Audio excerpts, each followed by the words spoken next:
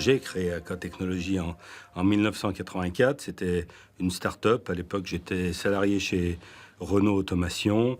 J'ai développé des applications dans la productique.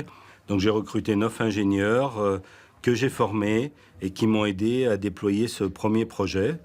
Cela a fait boule de neige. Nous l'avons fait dans toute l'industrie automobile et ça a été le départ d'AK Technologies. C'est d'ailleurs une des offres d'AK, intervenir sur les process industriels et sur les industrialisations.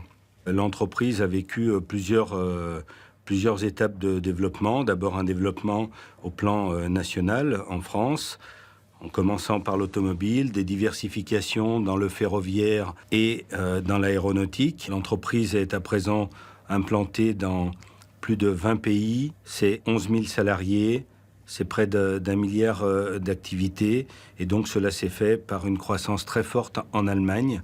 Nous considérons que pour que le groupe se développe dans son étape future, qui est la mondialisation, il faut d'abord un ancrage européen fort, et cet ancrage, il doit se faire sur l'axe franco-allemand, qui sont les deux pays où l'industrie est le plus développée.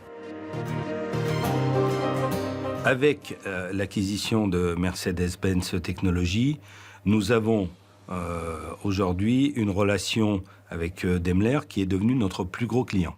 Un des particularismes, c'est d'avoir un positionnement sur les activités core de nos clients, ce qui rend notre relation plus simple parce qu'ils sont contraints d'avoir confiance en nous, d'abord sur la confidentialité et sur la performance. C'est ce que nous délivrons et donc nous avons en 30 ans construit ces relations de confiance.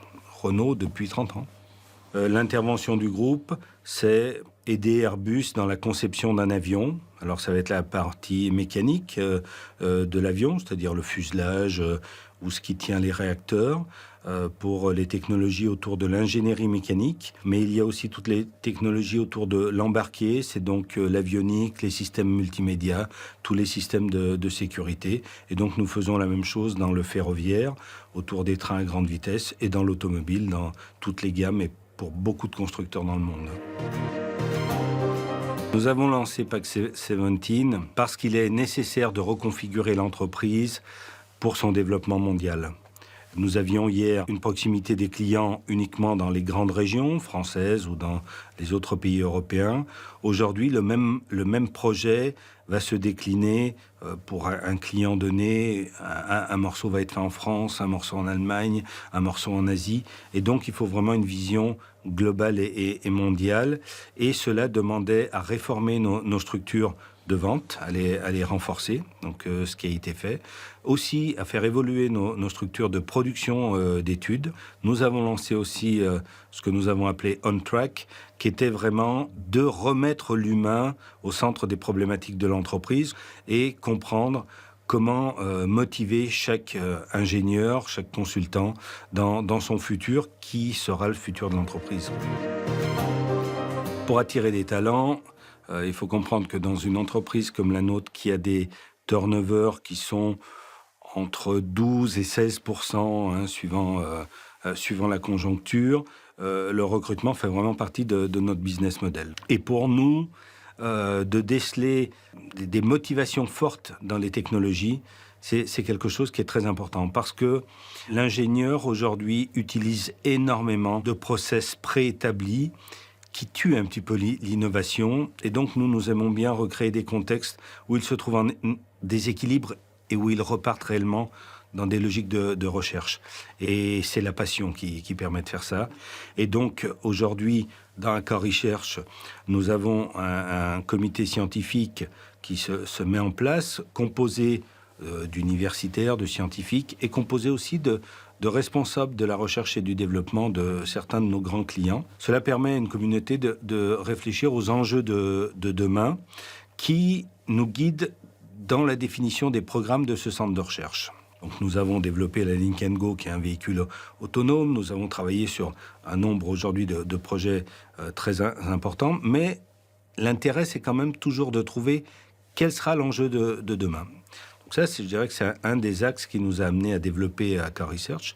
Il y en a un deuxième, c'est nous avons des ingénieurs répartis un peu partout dans le monde Et donc ces programmes qui sont développés sur les fonds propres du groupe, tout le monde peut y participer et c'est un vrai outil de collaboration. Et donc les ingénieurs peuvent échanger entre eux et cela développe de l'appartenance, ce qui est difficile dans une société de services par rapport à une société industrielle qui a moins de sites, qui a tous ses salariés regroupés. Donc c'est pour nous une évolution dans notre organisation qui amène un élément supplémentaire et qui amène une vraie satisfaction aux ingénieurs. Je crois que ça aussi c'est un élément très différenciant de notre groupe. Aller au bout des choses et se dépasser, il y a beaucoup de parallèles entre le sport et les valeurs de l'entreprise. Et quand on parle du sport, moi je dis très souvent, monter sur un podium, c'est difficile, d'y retourner, c'est aussi dur. Et donc ça demande une exigence au quotidien pour qu'il y ait de la performance. On le voit dans ce qu'a été capable de faire le groupe. Et je crois que les personnes qui ont assez naturellement ces valeurs se sentent bien dans ce groupe. L'excellence dans les métiers de la R&D, l'exigence dans la performance, c'est indispensable. Un ingénieur qui travaille sur une conception aéronautique, on mesure assez peu, ces métiers se sont dévalorisés, mais l'importance de son travail tous les jours, l'importance de ces actes, c'est forcé qu'on recherche l'excellence. Finalement, d'être au sein de l'excellence française, c'est pour nous aussi notre quotidien, c'est être reconnu dans ce quotidien qu'a l'entreprise depuis 30 ans. Donc on en est très heureux.